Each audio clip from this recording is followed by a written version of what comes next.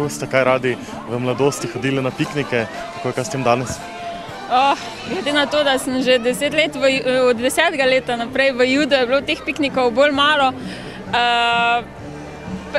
Nekterih se spomnim, enih parih je bilo, vedno so bili zelo igrivi, zanimivi in vedno sem rada šla na piknike. Danes sem zvedel, da 7 let ni bilo večerovega piknika, kar je škoda, ker v Sloveniji razen festivala Vesela jesen, ki je zdaj spet narečna popevka, pa to, ki se je edini obdržal, je škoda, da se določene stvari, ki so bliže tradicija, nekako ne držijo in to je škoda za vse prireditve, ki se ljudje navadijo, ljudje se navežejo na take stvari in radi obiskujejo.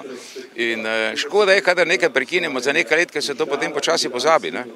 It's wonderful for a family. This is amazing, and I hope the weather is perfect like Brazil, and it's perfect and wonderful. Ja, jaz sem razmišljal o tem, kakšna škoda, da ni več takšnih zadev, no nekaj se jih spomnim še iz 80. let. Naš kolega Zmago Ajhmar je takrat nastopal kot voditelj.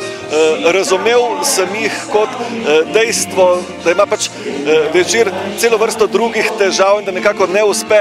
Danes pa to jemljem kot dejstvo, da večer dokazuje, da se je izkopal iz nekih nelepih, neprijetnih zgodb ali pa da je vsaj na pravi poti in da spet začenja polnokrvno življenje s svojimi bralci. Ja, pa zato smo tukaj, da spoznajo tudi mlajši, da nismo kar tako križem rok sedeli 50 let. Niste na prvem večerovem pikniku danes tukaj, ne? Ne, sem že bila, ja. Pa upam, da bom še. Verjetno golažev in klobas nimate pogosto na jedilniku, takšna hrana, ki je tukaj tipična?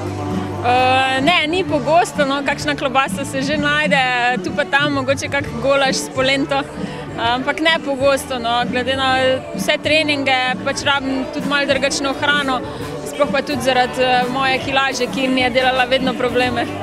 Morda kakšne zanimive prigode, dogodivščine, kaj nam lahko zaupate iz preteklih let?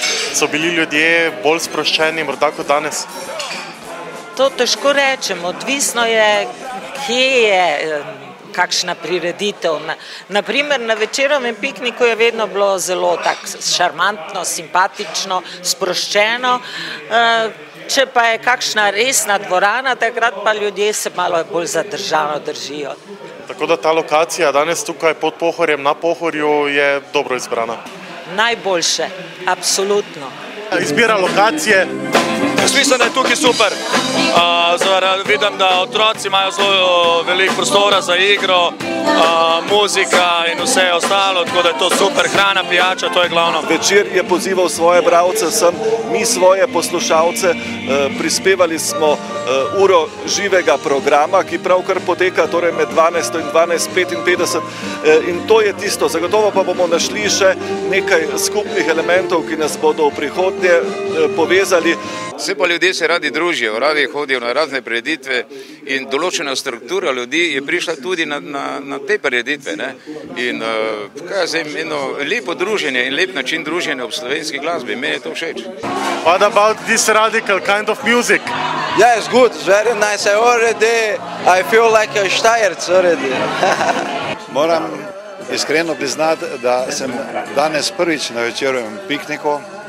Z soprogo sva pa naročnika že preko 40 let, ne? Preko 40 let sva naročnika, 44 celo.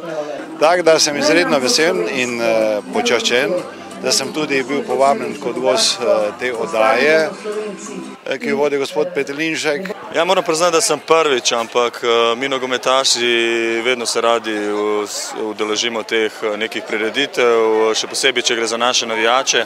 Slišali smo, da je danes skoraj toliko ljudi, da bi lahko skoraj napolnili Ljudski vrt. Ja, po nekih informacijah je okoli 10 tisoč, ne? Ja, to je premalo za Ljudski vrt. Sam sem pristaš, da premalo cenimo našo narodno glasbo.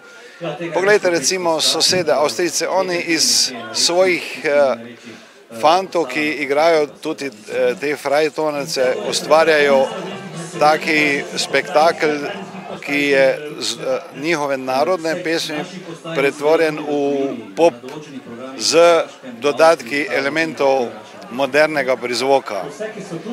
Zakaj bi se sramovali te naše glasbe? To smo mi.